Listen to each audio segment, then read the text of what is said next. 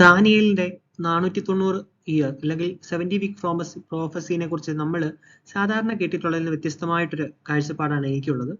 ഇതാണ് കൂടുതൽ ലോജിക്കലായിട്ട് തോന്നുന്നത്. അതായത് 29-ാം അധ്യായം 26-നും 27-നും വാക്യത്തില് ഫസ്റ്റ് പാർട്ട് പറയുന്നത് അഭിഷക്തൻ അല്ലെങ്കിൽ മശിഹായെ കുറിച്ചാണ്. സെക്കൻഡ് പാർട്ട് പറയുന്നത് ആന്റി ക്രൈസ്റ്റിനെ കുറിച്ചാണ്.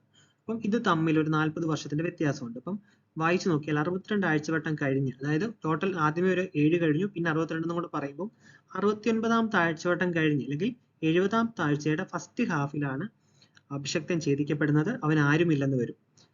കൂടാതെ അവർ പറയുന്നുണ്ട്, അതായത് 70-ാം ആഴ്ചവട്ടം തുടങ്ങുമ്പോൾ ഒരു വർഷത്തെ അല്ലെങ്കിൽ 7 വർഷത്തേക്ക് അല്ലെങ്കിൽ ഒരാഴ്ച എന്ന് പറഞ്ഞാൽ 7 വർഷത്തേക്ക് നിയമത്തെ കഠിനമാക്കും.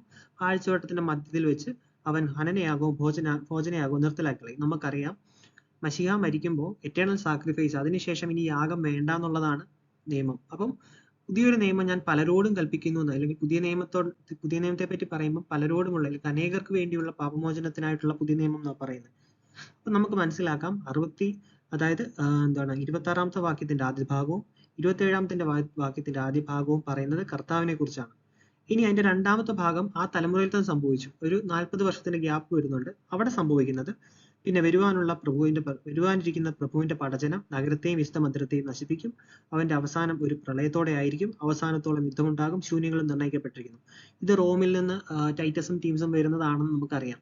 അപ്പം അവിടെ കർത്താവ് ആ തലമുറയിൽ വരുമെന്ന് പറഞ്ഞാൽ ആ തലമുറയിൽ തന്നെ വരും. കാരണം അതിന് തെളിവ് അങ്ങ് മത്തായി എഴുതിയ പുസ്തകം തൊട്ട് റെവലേഷൻ വരെ കിടപ്പുണ്ട്. വെളിപാട് എഴുതിയത് AD 70-ന് മുമ്പാണെന്ന് ഞാൻ പറഞ്ഞിട്ടുണ്ട്. അപ്പൊ മുൻപത്തെ വീഡിയോസിൽ ഞാൻ കാണിച്ചിട്ടുണ്ട്. പിന്നീട് സെക്കൻഡ് ഹാഫിൽ നടക്കുന്നത് ക്ലേശതകളുടെ ചെറിയന്മേൽ ശൂന്യമാക്കുന്നവൻ വരും.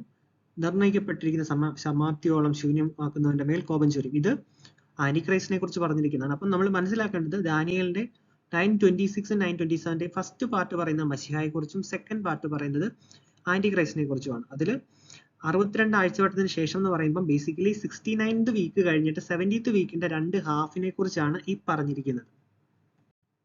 പൊതുവെ എല്ലാവരും തെറ്റിദ്ധരിച്ചു വെച്ചേക്കുന്നത് ഒരാഴ്ചവട്ടത്തേക്ക് നിയമത്തെ കഠിനമാക്കുന്നത് ആന്റിക്രൈസ്റ്റ് ആണെന്നുള്ളതാണ്. എന്നാൽ നമുക്കറിയാം അനേകരുമായിട്ട് പുതിയ നിയമത്തിന്റെ, അതായത് അനേകർക്ക് വേണ്ടി പാപമോചനത്തിനായി ചൊരിയുന്ന പുതിയ നിയമത്തിനുള്ള എന്റെ ഉടമ്പടി അല്ലെങ്കിൽ എന്റെ രക്തം എന്ന് പറയുന്നത് ക്രിസ്തുവാണ്. ആന്റിക്രൈസ്റ്റ് ഒരു ഉടമ്പടി ഉണ്ടാക്കുന്നത് കാണാൻ വേണ്ടിയാണ് പലരും ട്രിബുലേഷൻ തുടങ്ങിയെന്ന് കാത്തിരിക്കുന്നത്. പക്ഷെ ഇത് ക്രൈസ്റ്റിന്റെ ഫസ്റ്റ് കമ്മിങ്ങിൽ ഫസ്റ്റ് ഹാഫിൽ പറഞ്ഞ കാര്യമാണ്.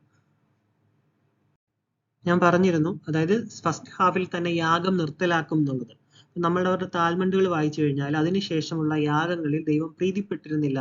ഇല്ലെങ്കിൽ ചുമന്ന നൂല് കെട്ടിയിരുന്ന ആടിന്റെ കഴുത്തിലെ നൂല് വെള്ളയായി മാറിയിരുന്നില്ല 40 വർഷത്തോളം. അല്ലെങ്കിൽ യെരുശലേം ദേവാലയം ഡിസ്ട്രോയ് ചെയ്യപ്പെടുന്നിടം വരെ അത് മാറിയില്ല എന്നുള്ളത് നമുക്ക് കാണാൻ പറ്റും. അതായത് യാഗം നിർത്തലാക്കി എന്നുള്ളതിന്റെ ഒരു അടയാളമായിട്ട് അന്നത്തെ താൽമണ്ടിൽ, അന്നത്തെ യഹൂദർ എഴുതിയിരിക്കുന്ന ബുക്കിനകത്ത് കാണാൻ പറ്റുന്നതാണിത്.